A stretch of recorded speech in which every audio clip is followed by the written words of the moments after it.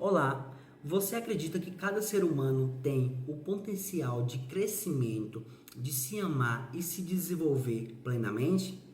Então, essa é uma abordagem do humanismo que acredita fortemente nessa teoria, nessas perguntas, e a resposta é sim para o humanismo. Eu sou Danilo, estudante de psicologia e psicopedagogo. Hoje eu vou explicar para você o que é humanismo, como surgiu, por que surgiu e quais são as principais crenças. O humanismo ele surgiu depois da Segunda Guerra Mundial, com meados de 1950, que tinha como objetivo de entender o ser humano de forma mais positiva. Por quê? Porque o behaviorismo colocava o ser humano muito engessado, com apenas comportamentos observáveis e que era influenciado diretamente pelo ambiente que a gente está. Já a psicanálise é focada nos traumas e no inconsciente. Já a questão do humanismo, ele traz essa pegada de valorização do ser humano, tirando esse engessamento do behaviorismo e tirando essa perspectiva pesada do ser humano que é influenciado diretamente pelo inconsciente e pelos seus traumas. Então ele vem para valorizar o ser humano, colocar o ser humano no centro, e eu vou explicar para você o que é ser humano no centro, e responsável pelas suas próprias atitudes. O humanismo ele não tira, ele não descarta que o nosso inconsciente é algo que influencia. No entanto, ele não foca nisso, ele não tem essa perspectiva. Ele tem a perspectiva de valorização do ser humano e o desenvolvimento. Para o humanismo, o que aconteceu não é importante, mas é o aqui, o agora, o que a gente vai fazer com as coisas que a gente tem, com as informações que a gente tem, com as habilidades que a gente tem. Então, para o humanismo, é exatamente isso. É a valorização nossa, de nós mesmos, de se amar, de se desenvolver, o aqui e o agora. Então, é focado nessa perspectiva. Então, um dos fundadores foi Carl Rogers, que tinha essa perspectiva de pessoas centrada na pessoa. Por exemplo, a psicoterapia centrada na pessoa, que tinha a questão da congruência, empatia, de aceitação incondicional positiva. Tem essa perspectiva mesmo de autovalorização, de sensibilidade. E também tem Abraham Maslow, que falou sobre as necessidades fisiológicas, que é a pirâmide das necessidades. Por exemplo, tem a pirâmide, vou colocar aqui para vocês verem melhor. Tem a pirâmide, e nessa pirâmide tem a necessidade fisiológica. Na necessidade fisiológica, você só consegue subir o próximo degrau se a necessidade de baixo estiver suprida. Então, vocês estão vendo aqui, por exemplo, só pode ter segurança quem tem a necessidade fisiológica suprida. Por exemplo, tem o que comer, tem o que de beber, tem conforto, tem as suas necessidades fisiológicas básicas supridas. Então, para você alcançar o segundo grau, você precisa ter o primeiro grau da pirâmide suprida, e assim sucessivamente. Então, foi eles que surgiram com essa perspectiva de valorização mesmo do ser humano, da sua subjetividade e da valorização individual de cada um. Para o humanismo, é muito focado sobre a experiência humana. Então, por exemplo, cada ser humano vai ver o mundo de uma maneira diferente e única. Eu tenho uma perspectiva de mundo, você tem outras perspectivas de mundo. Por isso que isso nos torna único e subjetivos, porque cada um olha o mundo da sua maneira e age da sua maneira. Então, o humanismo ele vem tirar o divino do centro e colocar o ser humano no centro. Em que sentido é esse? Porque antigamente, naquela época, era muito atribuído aos deuses, ao divino, os desastres que aconteciam ou as coisas que não aconteciam. Por exemplo, se teve uma chuva muito forte e teve várias destruições, era atribuído a um deus da chuva, por exemplo. Era atribuído a um deus. Então, não necessariamente acontecia isso.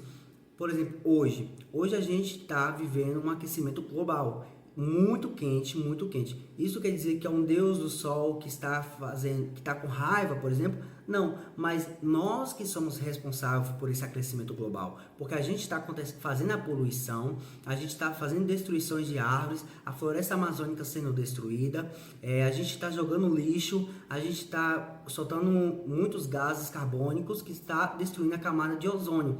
E assim, nós que somos responsáveis pelas escolhas. Então, nós estamos no centro como responsável pelo nosso desenvolvimento, pela nossa felicidade, pelos alcançar nossos objetivos e responsável também pelas nossas consequências.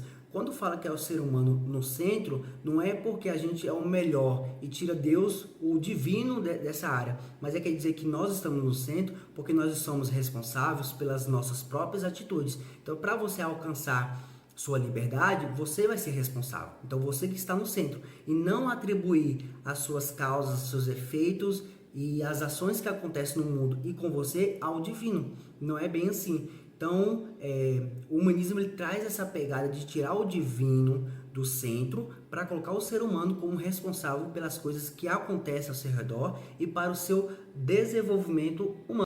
O behaviorismo também traz essa pegada muito importante do livre-arbítrio, que é você ter essa liberdade de escolher com responsabilidade.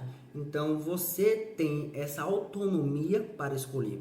E eles trazem algumas correntes fenomenológicas que falam sobre autenticidade, sobre responsabilidade, sobre angústias, porque toda responsabilidade tem uma angústia, porque gera medo, gera sensação de insegurança. Então, traz essa perspectiva, porque o humanismo, a corrente dele é filosófica, ela traz essa questão mais filosófica mesmo da vida, sobre o pensamento de que nós somos, da relação que a gente tem com o objeto, que é o mundo, com a relação que a gente tem com qual o sentido que a gente dá para a nossa vida. Então, o humanismo ele trabalha muito com essa perspectiva de dar sentido. Então, não é simplesmente ter um propósito, é ter sentido. Sentido para viver, sentido para fazer algo. Então, por exemplo, Viktor Frankl, ele ficou ele influenciou também no humanismo, ele viveu em um campo de concentração.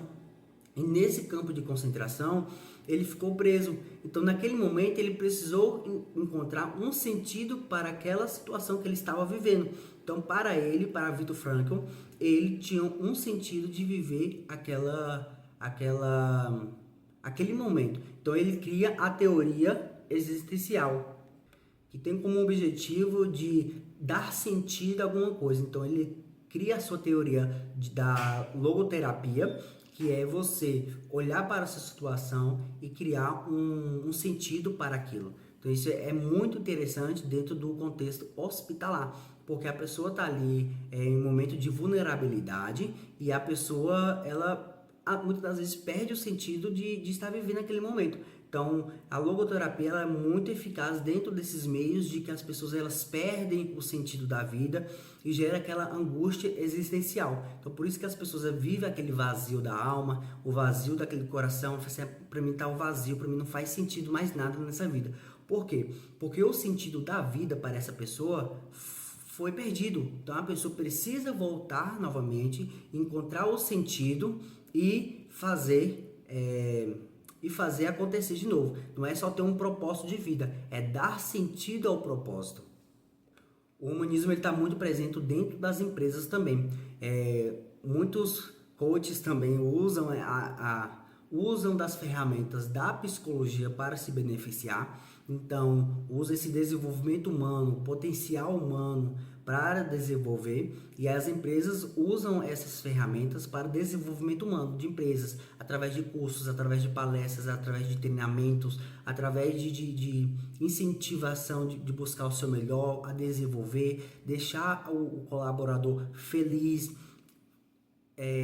Eu trabalho na empresa a empresa fala muito sobre ter sentido de estar na empresa, de dar sentido o porquê está trabalhando nessa empresa. Então, vem nesse sentido, nessa questão, porque quando você dá sentido a alguma coisa, aquilo vai fazer sentido para você continuar. Então, se você perde o sentido, para mim não faz mais sentido viver isso. Então, você vai deixar de viver aquilo. Ou você vai continuar vivendo, porém sem prazer. E isso você não vai ter resultados tão bons quanto antes se você estiver feliz no lugar, por exemplo.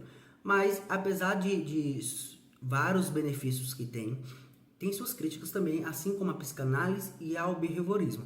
Então, por exemplo, uma das críticas é o excesso de valorização da subjetividade humana. Então, ele leva em consideração muito a nossa subjetividade, aquilo que nós somos nos torna único. Então, a psicanálise ela foca em outro campo, o behaviorismo também, mas o humanismo ele foca muito na experiência do ser humano e leva muito em consideração a subjetividade. Então, o excesso de subjetividade ele pode ser um pouco difícil de lidar com alguns transtornos mais comportamentais. Por exemplo, o TOC, o TDAH, eles são mudanças de comportamento e com essa valorização pode apresentar menos resultados do que outros, como a TCC, por exemplo, que é muito boa para o TOC. Mas assim, como eu já falei em outros vídeos, não é questão de ser certo ou errado, são formas de abordar o indivíduo, de formas de abordar o sujeito. E uns vai ter resultados melhores e outros vai ter resultados menores, mas isso não quer dizer que é o certo ou errado, mas isso vai depender de cada contexto do paciente e o psicólogo precisa estar atento a isso. Por exemplo, se ele perceber que a metodologia que ele está usando, a abordagem que ele está usando não está sendo eficaz para a melhoria do paciente, qual é a ética do psicólogo? É encaminhar para um outro tipo de abordagem, conversar com o seu cliente, que o humanismo chama de cliente e não paciente, conversar com o seu cliente ou paciente, se for outra abordagem, ou profissional que gosta de usar, e explicar a situação e encaminhar para um outro profissional com outra abordagem que tem mais resultados precisos e também tem mais embasamento científico e desenvolvimento para aquele tipo de problema. Mas se for uma questão que o humanismo está sabendo lidar, não vejo problema. Assim acontece a mesma coisa com a psicanálise, com a TCC, com a análise do comportamento, com o behaviorismo, com a Gestalt, enfim, tudo isso o psicólogo precisa estar atento. Eu espero que você tenha gostado desse vídeo. Qualquer coisa, deixa aqui nos comentários, se inscreva-se no canal para ver mais vídeos. Tchau, tchau.